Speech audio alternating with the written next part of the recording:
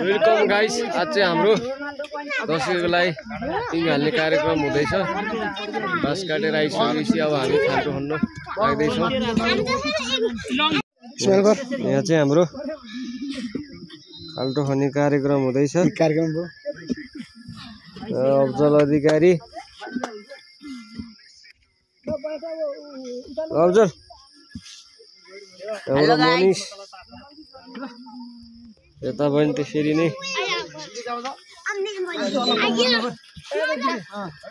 एकपट्टिको खाल्टो फेरि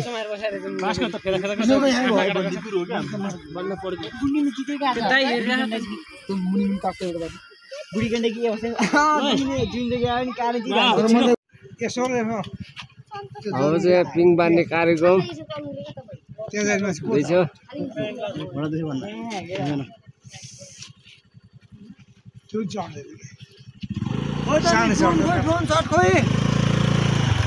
के पत्ता यो अब गाविस कार्यक्रम जस्तो भयो त पाले झिन्न नि यत्रो सातवटा बढी मान्छे रहेछ कति त्यो भाउजूले शर्ट परेको भने त ल्याए त्यो पिङमा त कुन भएन नि है